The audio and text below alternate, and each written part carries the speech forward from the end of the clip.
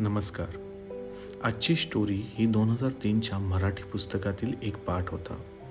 लोकशाहीर अण्णाभाऊ साठे लिखित स्मशानातील सोने. गरीब माणसाला आपल्या पोटाची खळगी भरण्यासाठी कराव्या लागणाऱ्या रोजच्या लढाईचा हृदयविदारक विस्तृत दर्शन म्हणजे स्मशानातील सोने. स्मशानातील सोने. शेजारच्या गावात एक बलाढ्य सावकार मरण पावल्याची बातमी ऐकून भीमानं ताडकन उडी मारली. त्याला समाधानाचं भरतं आलं. आनंद त्याच्या हृदयात मावेनासा झाला. त्यानं त्या गावाकडे पाहून भरकन नजर आकाशात सूर्याकडे झुगारली. सूर्य तेव्हा मावळत होता. आकाशात पावसाळी ढगांनी गर्दी केली होती. ते नांगरून पडलेल्या जमिनीप्रमाणे ओबडधोबड दिसत होते.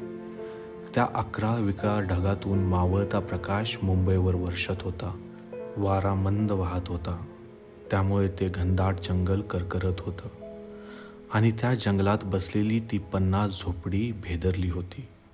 जुने पत्रे, चटया, फळ्या, पोती यांनी तिथं घरांचा आकार घेतला आणि त्या घरात माणसं राहत होती. बेकार वस्तूंनी तिथं बेकारांवर चा धरली होती. दिवसभर पोटाच्या पाठी धावून दमलेली माणसं आता तिथं स्थिरावली होती. सर्वत्र चुली पेटल्या होत्या. हिरव्या झाडीतून शुभ्र धूर रेंगाळत होता. पोरं खेळत होती. एका प्रचंड चिंचेखाली भीमा विचारमग्न बसला होता. त्याच्या हृदयात भयंकर हुरहुर उठली होती. त्याला त्या मेलेल्या सावकाराची ओढ लागली होती. त्याचा आत्मा कित्येक वेळा त्या गावच्या स्मशानात जाऊन परत त्या चिंचेखाली येत होता. भीमा पुन्हा पुन्हा सूर्याकडे पाहून त्या गावाकडे पाहत होता. त्याला आता अंधाराची गरज होती म्हणून तो चुळबुळत होता. त्याची लाडकी लेक नाबदा जवळच खेळत होती आणि बायको घरात भाकरी थापीत होती. हा भीमा अंगापिंडानं जबरा होता. तो भर पैलवानासारखा दिसे. त्याचं प्रचंड मस्तक, रुंद गर्दन, दाट भुवया, पल्लेदार मिशा, रुंद पण तापट चेहरा पाहताच कित्येक दादांना हुडहुडच भरत असे. भीमाचं गाव दूर वारणेच्या काठी होतं, पण रेड्याचं बळ असूनही पोट भरत नाही म्हणून तो मुंबईला आला होता. मुंबईत येऊन त्याला काम मिळावं म्हणून सगळी मुंबई पालथी घातली, पण त्याला काम मिळालं नव्हतं. आपल्याला काम मिळावं, आपण कामगार व्हावं, पगार आणावा, बायकोला पुतळ्याची माळ करावी, अशी कित्येक स्वप्न फाटून भीमा निराश होऊन त्या उपनगरात जंगलात आला होता. मुंबईत सर्व आहे, पण काम आणि निवारा ह्या 2 गोष्टी नाहीत. त्यामुळे त्याला मुंबईचा राग आला होता आणि त्या उपनगराजवळ येताच शेजारच्या डोंगरात एका खाणीत त्याला कामही मिळालं होतं. त्या जंगलात काम आणि निवारा मिळताच भीमाला आनंद झाला होता. तो रेड्याचं बळ घेऊन त्या डोंगराला जणू टक्करच देत होता. त्यानं टिकाव घेताच डोंगर मागं सरत होता. त्यानं सुतकी उचलताच काळे पाषाण तोंड पसरत होते. त्यामुळे कंत्राटदार त्याच्यावर खुश होता आणि भीमाही संतुष्ट होता, कारण त्याला पगार मिळत होता. परंतु 6च महिन्यात ती खाण बंद पडली आणि भीमावर बेकारीची कुऱ्हाड कोसळली. तो एका सकाळी कामावर रुजू झाला आणि लगेच त्याला समजले की आजपासून ही खाण बंद झाली. आपलं काम सुटलं ही वार्ता ऐकून भीमा भांबावला. उपासमार त्याच्या पुढे नाचू लागली. क्षणात तो विवंचनेच्या डोहात बुडाला. उद्या काय, हा एकच प्रश्न तो स्वतःला विचारू लागला. अंगातील कापडं काखेत दाबून भीमा घरी निघाला होता. तो एका ओढ्यावर थांबला. तिथं त्यानं आंघोळ केली आणि उद्विग्न मनस्थितीत तो घराकडे फिरला. तो त्याची नजर एका राखेच्या ढिगाऱ्यावर स्थिरावली. ती राख मड्याची होती. जळकी हाडं सर्वत्र पसरली होती. त्या मानवी हाडांच्या जळक्या खुरप्या पाहून भीमा अधिकच गंभीर झाला. एखादं बेकार असेल बिचारं, कंटाळूनच मेलं असेल, सुटलं असेल एकदाचं, असं मनाला सांगू लागला. आपणही असेच मरणार. 2च दिवसात उपासमार सुरू, मग नाबदा रडत बसेल, बायको मलूल होईल आणि आपण काहीच करू शकणार नाही. इतक्यात त्या राखीच्या ढिगावर काहीतरी चमकलं. तसा भीमा पुढे आला. त्याने वाकून निरखून पाहिलं. तिथं 1 तोळ्याची सोन्याची अंगठी होती. ती चटकन उचलून भीमानं करकरून मूठ दाबली. त्याला आनंद झाला. 1 तोळा सोनं आणि तेही मड्याच्या राखेत, याचा त्याला हर्ष झाला. मड्याच्या राखेत सोनं असतं याचा त्याला नवा शोध लागला. जगण्याचा नवा मार्ग सापडला. आणि दुसऱ्याच दिवसापासून भीमा त्या प्रदेशात सर्वत्र हिंडू लागला. नदी नाल्यातील मसनवटे तुडवू लागला. प्रेताची राख जमवून तो चाळणीत चाळू लागला आणि रोज त्या राखेतून सोन्याचे कण काढू लागला. बाळी, मुदी, नथ, पुतळी, वाळा असे काही ना काही घेऊन रोज येऊ लागला. भीमाचा हा नवा उद्योग जोरात सुरू होता.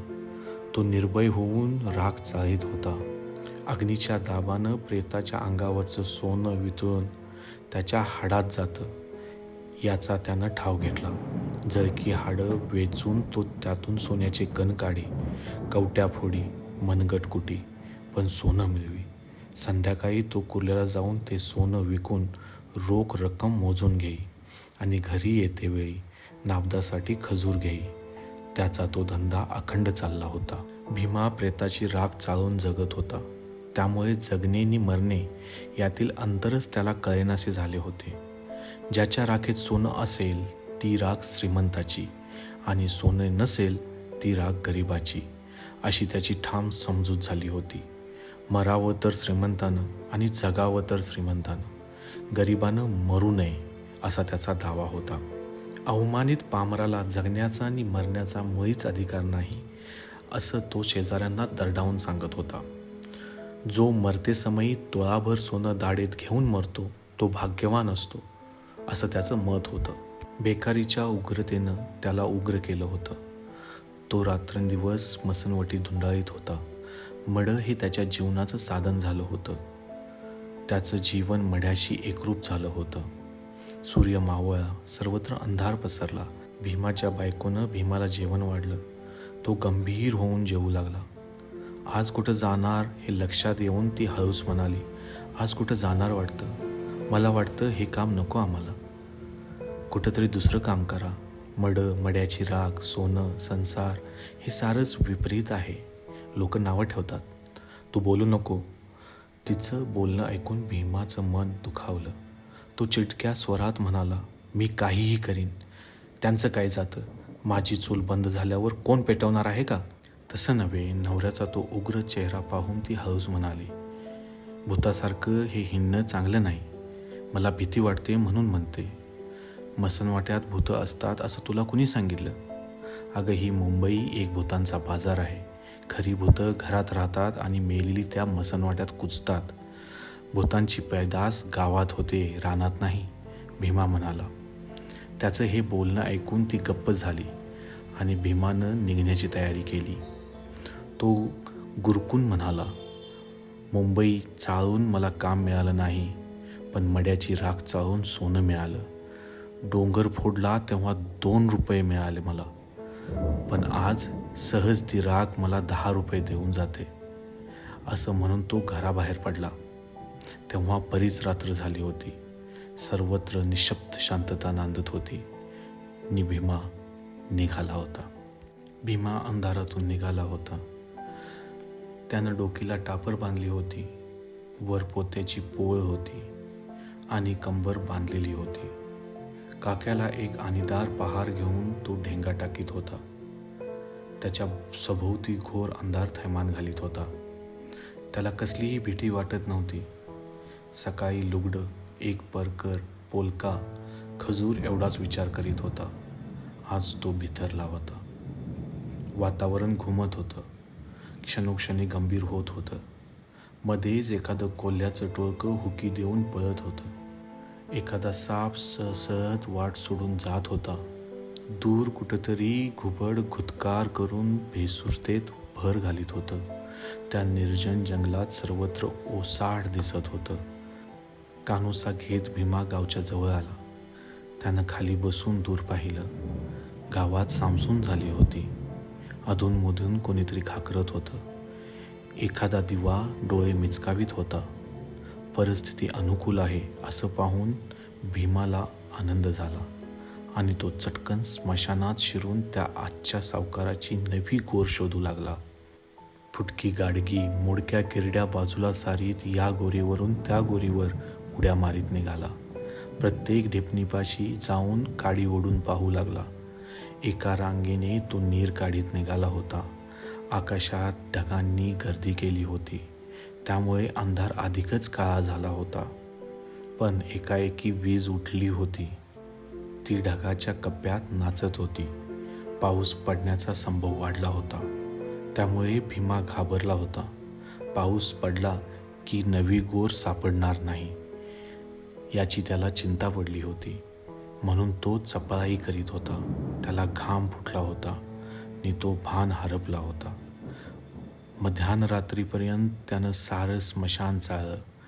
या टोकापासून त्या टोकाला जाऊन तो पोचला आणि भयचकित होऊन मटकन बसला. वारं भरभरत होतं. मोठ्या किरडीच्या जुन्या झावळ्या फडफडत होत्या. जणू कोणीतरी दात खात असावं तसं ऐकू येत होतं आणि त्यातून भयंकर गुरगुर उठत होती. कोणीतरी गुरगुरत होतं, मुसमुसत होतं आणि माती उकरीत होतं. त्याला नवल वाटलं. तो पुढे सरकला. तोच सर्व काही शांत झालं. आवाज येईनासा झाला, परंतु तोच कुणीतरी हातपाय झाडीत असल्याचा भास होऊन तो चमकला. खटकन जागीच बसला. विद्युत गतीनं भीती त्याच्या देहातून सरकून मस्तकाकडे धावली. आयुष्यात आज तो प्रथमच भयभीत झाला. परंतु दुसऱ्या क्षणी त्यानं स्वतःला सावरलं. खरा प्रकार त्याच्या लक्षात आला आणि तो स्वतःच खजील झाला. कारण जवळच ती नवी गोर होती आणि 10-15 कोली जमून ती चौफेर उकरीत होती. त्यांना मेलेल्या माणसाचा वास लागला होता. गोरीवरचे दगड तसेच ठेवून दुरूनच त्यांनी घरी पाडायला आरंभ केला होता. आजूबाजूनं गोर उद्ध्वस्त करण्याचं काम ती करीत होती. परंतु पुन्हा त्यांच्यातही भयंकर स्पर्धा निर्माण झाली होती. प्रथम मड्याजवळ कोण जाणार या ईर्षेनं ती एकमेकांवर गुरगुरत होती. पुन्हा नाकानं वास घेत होती आणि प्रेताचा वास येताच ती सर्व शक्ती एकवटून माती ओढीत होती. हा प्रकार लक्षात येताच भीमा चिडला. त्यानं प्रचंड झेप घेतली आणि तो झपकन त्या गोरीवरच जाऊन बसला. लगेच गोरीवरचे दगड उचलून त्याने त्या कोल्ह्यांच्या टोळीवर हल्ला चढवला. अचानक झालेल्या त्या भडीमारानं कोल्ही चमकली नी मुरून बसली. तसा भीमाला चेव आला.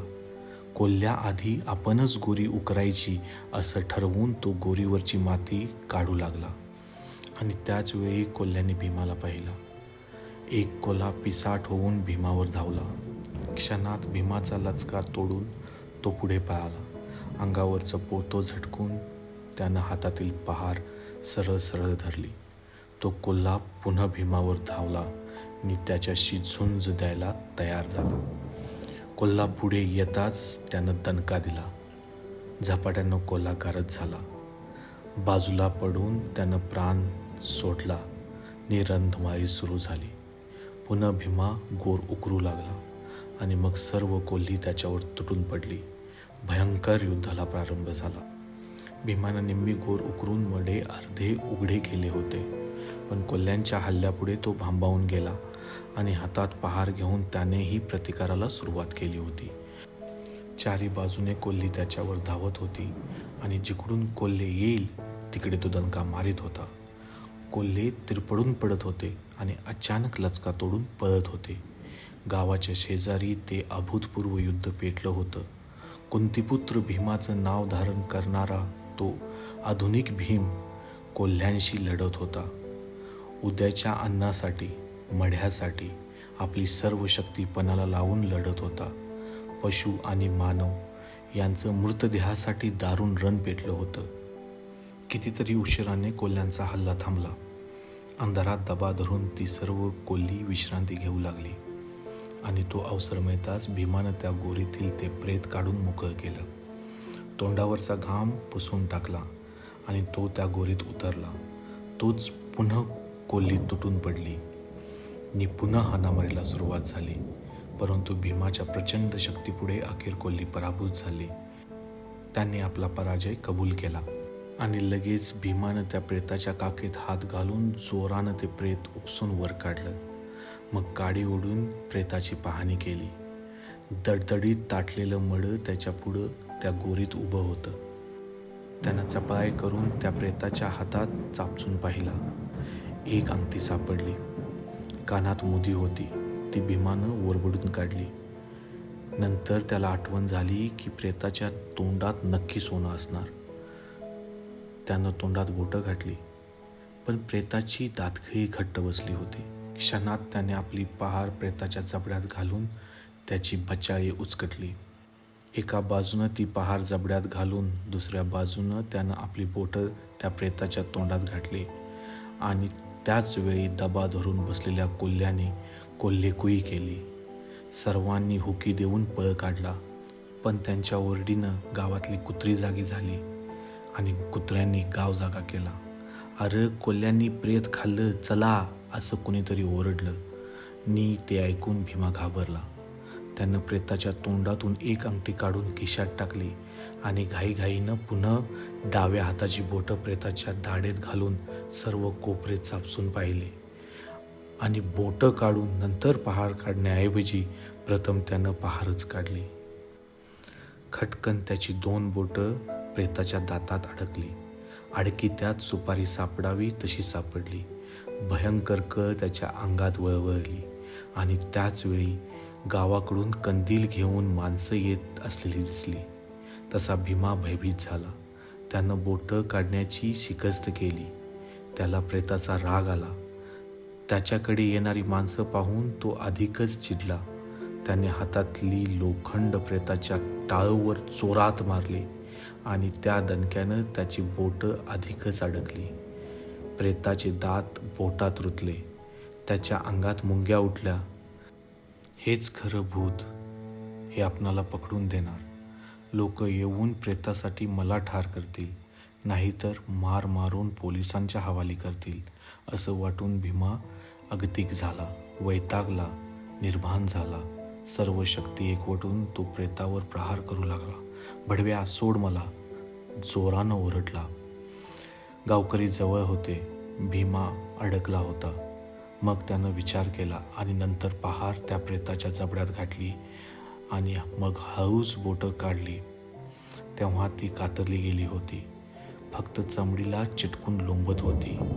ती तशीच मुठीत धरून त्यानं पळ काढला. भयंकर कळ अंगात घेऊन तो पळत होता. तो घरी आला तेव्हा त्याला भयंकर ताप भरला होता.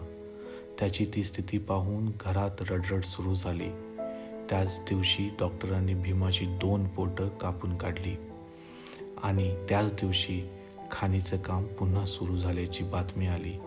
ती ऐकून हत्तीसारखा भीमा लहान मुलाप्रमाणे रडू लागला, कारण डोंगर फोडणारी ती 2 बोटं तो स्मशानातील सोन्यासाठी गमावून बसला होता. तर ही होती आजची आपली गोष्ट, स्मशानातील सोनं. आपल्याला गोष्ट कशी वाटली कॉमेंटमध्ये जरूर लिहा. आपल्या मित्रांच्या बरोबर जरूर शेअर करा आणि अशाच गोष्टींसाठी चॅनलला सबस्क्राईब करा. थँक्यू.